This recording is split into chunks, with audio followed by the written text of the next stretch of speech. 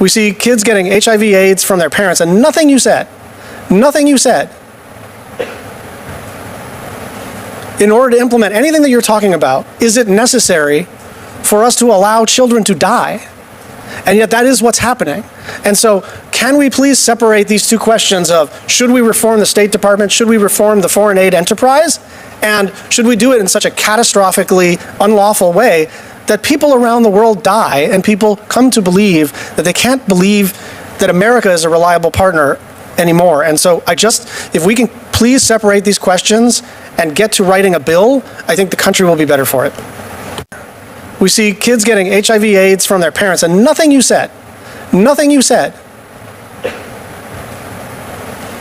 order to implement anything that you're talking about, is it necessary for us to allow children to die? And yet that is what's happening. And so can we please separate these two questions of should we reform the State Department, should we reform the foreign aid enterprise, and should we do it in such a catastrophically unlawful way that people around the world die and people come to believe that they can't believe that America is a reliable partner anymore. And so if we can please separate these questions and get to writing a bill, I think the country will be better for it. I guess the analogy is, say a hospital that's running inefficiently, and a turnaround guy comes in and says, I got a plan for reorganizing this hospital. We're going to do delivery system reform. We're going to use technology. We're going to be aggressive. We're going to be fearless. And in the meantime, we're going to lay off half of our staff because this thing doesn't work efficiently. The practical impact of that is death. And that's what we're talking about. And so every time we talk about the practical, near-term, immediate, real-world, geopolitical and humanitarian impacts of what has happened, especially to USAID, you pivot very skillfully and maybe even correctly to what needs to be reformed in the State Department itself and in the interaction and relationship between aid and state. That's not what I'm asking you about. I'm asking you about why in the world we wouldn't do this in the regular order. In order to put USAID under the State Department and better align it, we need a statute. In order to reform all of these programs, we need an SFOPS bill. You can't just come in and light the place on fire and say, well, it was a mess. And so I just want to understand what's the path forward, because people really are dying. It's not as though Catholic Relief Services or CARE or the World Food Program are a bunch of leftists coming out and complaining about everything that's happening because they want to get you. This is actually happening. People are vacating where they work, and then in some instances the Chinese government comes in and provides the exact same service, not a similar service, but the same program. They just do it. We'll do it. And then in some instances nobody does it, and as a result people die.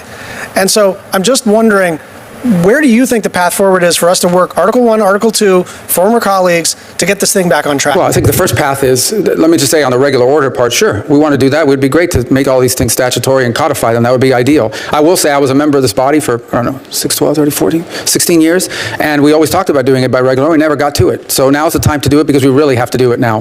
The second point I would make is the U.S. is going to continue to be a very generous donor for humanity. I would venture to guess that for the rest of our lifetime, no nation on earth, if we can still afford it, no nation on earth will continue to do more for humanitarian assistance, for food and medicine and life-saving services, and even for developmental assistance. But I also think we have to recognize this. We cannot continue to be the foreign aid provider for everyone on everything. We just can't do it.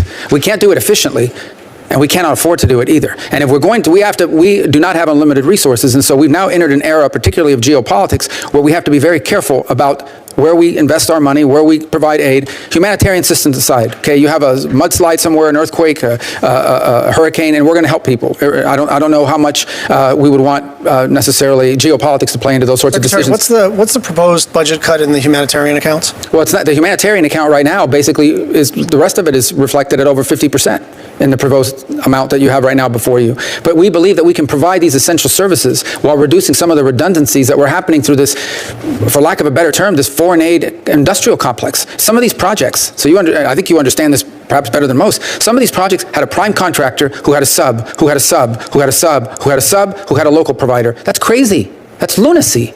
Why do I need 6 subs to pass one to the other to ultimately get it down to the ground? I think we can get it from maybe from the prime to the sub, in some cases directly to the group on the ground through our embassy. Our embassy can say, we want to provide food in this community, here's the best people to do it, and I can avoid all those layers of NGOs. Part of the problem, right, is our tolerance for risk.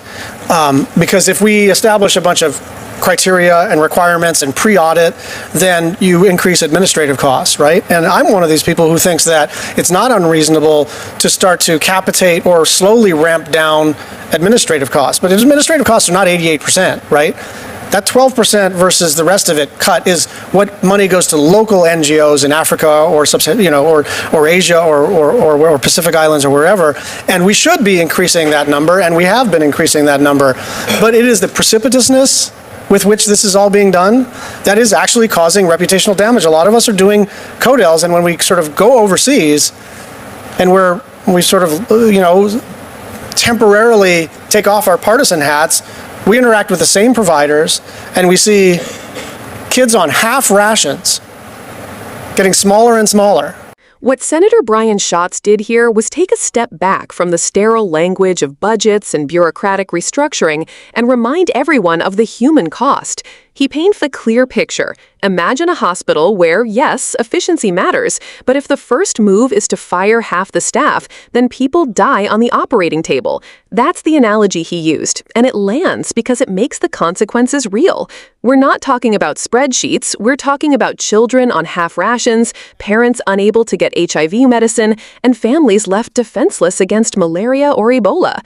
These are not hypotheticals. Schatz points out that aid groups on the ground are already reporting this reality, and that's where the frustration lies. Rubio responds with broad principles. Yes, America will always be generous. Yes, reforms are needed. Yes, inefficiencies exist. But Schatz refuses to let him escape into abstractions. The point is not whether reform is needed. Even Schatz agrees reform could help. The point is the way it's being done. Ripping apart life-saving programs overnight creates chaos, drives away trusted partners, and leaves vacuums that authoritarian regimes like China rush to fill.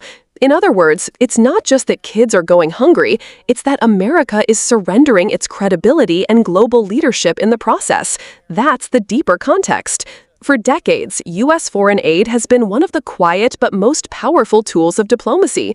Every vaccine delivered, every bag of food stamped with "from the American people," every program that kept families afloat, those weren't just acts of charity. They were investments in stability, in goodwill, in preventing wars and conflicts before they started. When America steps back, others step in, and often not with the same values or intentions. Schatz is warning that this isn't just a moral failure, it's a strategic blunder. The other key point here is about process. Schatz keeps hammering, there's a way to do this responsibly, through legislation, through careful reforms, through regular order, as Congress calls it. But instead, the Trump administration and Rubio are trying to bulldoze the system in the name of efficiency.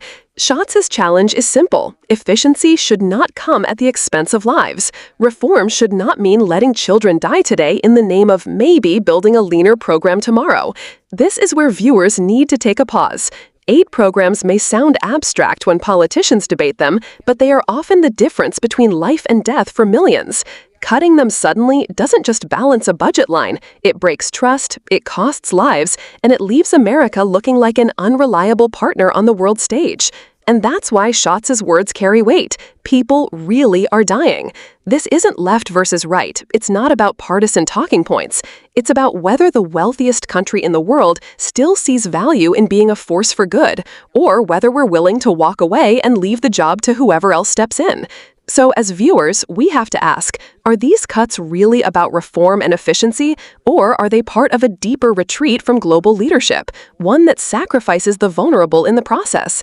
That's not just a question for Schatz or Rubio, it's a question for all of us as citizens. Because once America's word stops meaning something, it's almost impossible to rebuild that trust.